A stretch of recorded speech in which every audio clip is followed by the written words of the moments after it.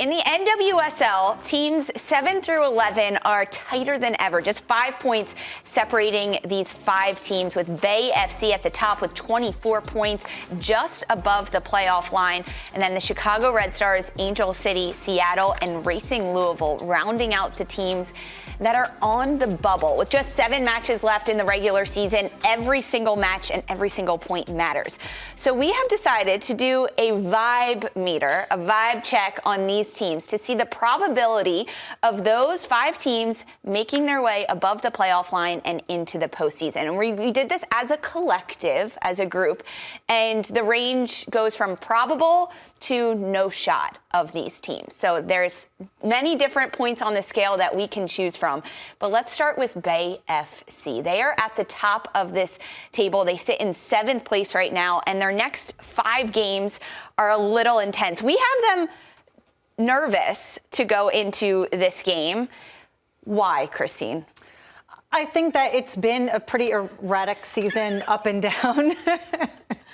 But I feel like Albertine Montoya seems to see something, and that we're also seeing is that they're finally coming back together again, that things feel differently over in the Bay. And so I feel like I'm giving them a bit more hope. I think there's a chance they need to just lean into it. The things that are working, where they're finally getting numbers in the box, the passes are coming together, make them look like they're a much stronger side than they've been all season. What's the vibe, Sandra? I'm with probable, apparently. I mean, we all agreed to this ahead of hand. And I think it's because they're starting to figure things out that are clicking in this late second half of the season. I thought they made a good move for Penelope Hawking. She got to see a little bit of time on the pitch. These are the small little things that'll maybe help a team get over the hump. You know, getting Abby Dahlkemper as well is going to be massive for them. And I think that's part of why we've got them possibly making it to the postseason. I am a little nervous still because they are very inconsistent to me. All year it's been, it's an ultra defensive game. It's an ultra attacking game.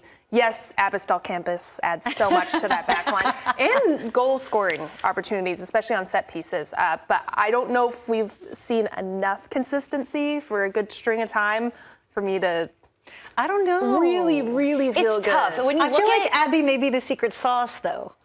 If they have anyone, it's Abby that's going to get it done. When you look at Bay's next 5 matches, 4 of them are against top 5 teams in the NWSL. Tough. They play North Carolina, Orlando, Gotham, and Kansas City. Throw in Seattle in there at Seattle. That's the only team that they're playing in the bottom half of the table. Nervous for Bay. Yeah. Hands down, nervous. Meanwhile, Chicago Red Stars 8th right now in the standings. For our vibe meter, we have it's a no, Sandra. It's a no. Explain it to us. I mean, do I have to keep going on and on and on? There's going to be a ton of Sandra, footage here. more Chicago slander. They're like, how did you go on studio and slander Chicago? Look, it had to be someone, and it's always the one you love the most. So that's part of the vibe. I mean, you have to look at the trends here with Chicago. They're not trending up. They're trending down. I'm not sure there's going to be enough, also based on the type of the strength of schedule that they've got to face down the stretch here in the second half of the season, where they're going to find their way to claw out of things. There's just a lot of good competition in front of them. Other teams who are going to try to want to utilize them as a part of their narrative. They want to go out against Chicago and maybe say, hey, let's go out there, get 3 points against this team. When you look at Chicago's upcoming fixtures, Darian, what is one team that you think, we can beat them? If I'm Chicago? Yeah. The Houston Dash. Okay.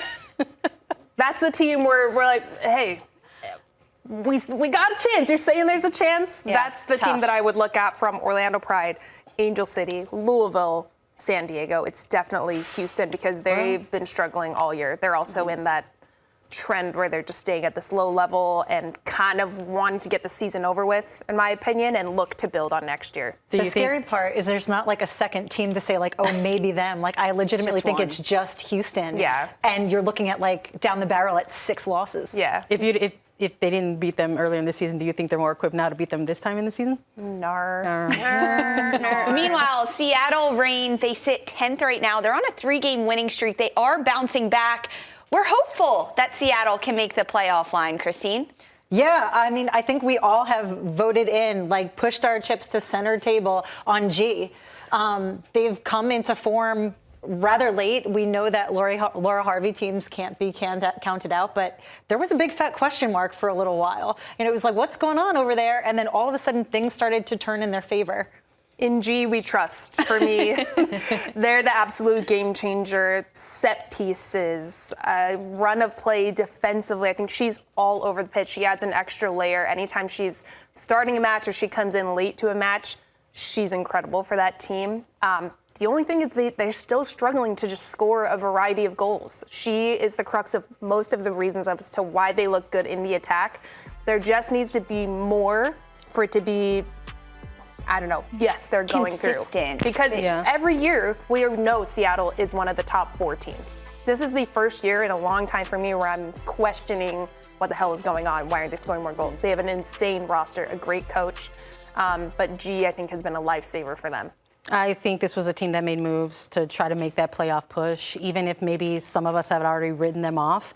And maybe this is the time where they're going to show that those moves have paid off. I'm also on the G train as well. This is a player who came into the league. There's always that, old narrative of like you have to give grace and time for international players to get adapted to NWSL. Not G. This is an absolute pro, a vet. This player has already won so many fouls. I think this is there's a reason why things are just funneling through her, and I think it'll continue to be that way for them. In G, we trust. I like that one, Darian. Angel City, 9th place right now, just 1 spot outside the playoff line on 21 points.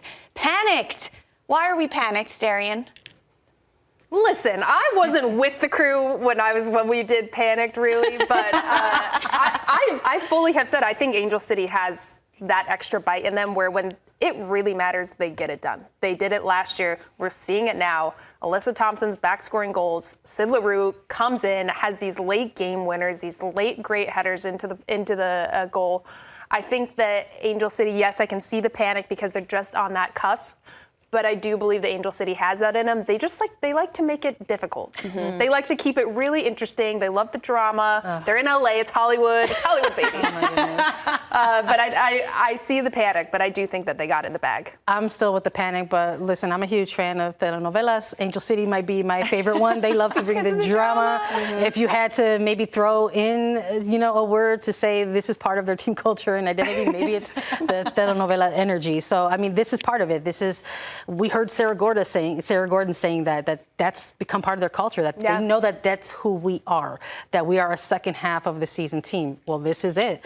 They need to show it, and they're running out of time, so I can understand the panic. Other teams running out of time, racing Louisville at this point, just 1 win in their last 5 matches. Our vibe meter, Christine, it says panicked for Louisville. What do they have to do? It is panicked. I'm still tapping the belief sign for Bev, but I think they brought in reinforcements, albeit maybe a little late in the season, but they have Becky, they have Balser. Now they also have Courtney Peterson, which was, they definitely needed an outside back. That was one of their puzzle pieces they're missing.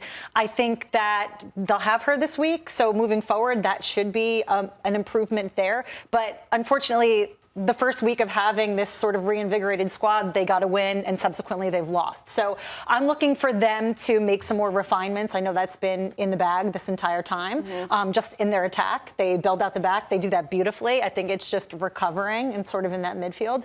I still think they can do it. Louisville takes on Angel City at home this Saturday. Huge game between both of those sides that need points in order to push themselves higher up in the standings as they make a push towards playoff.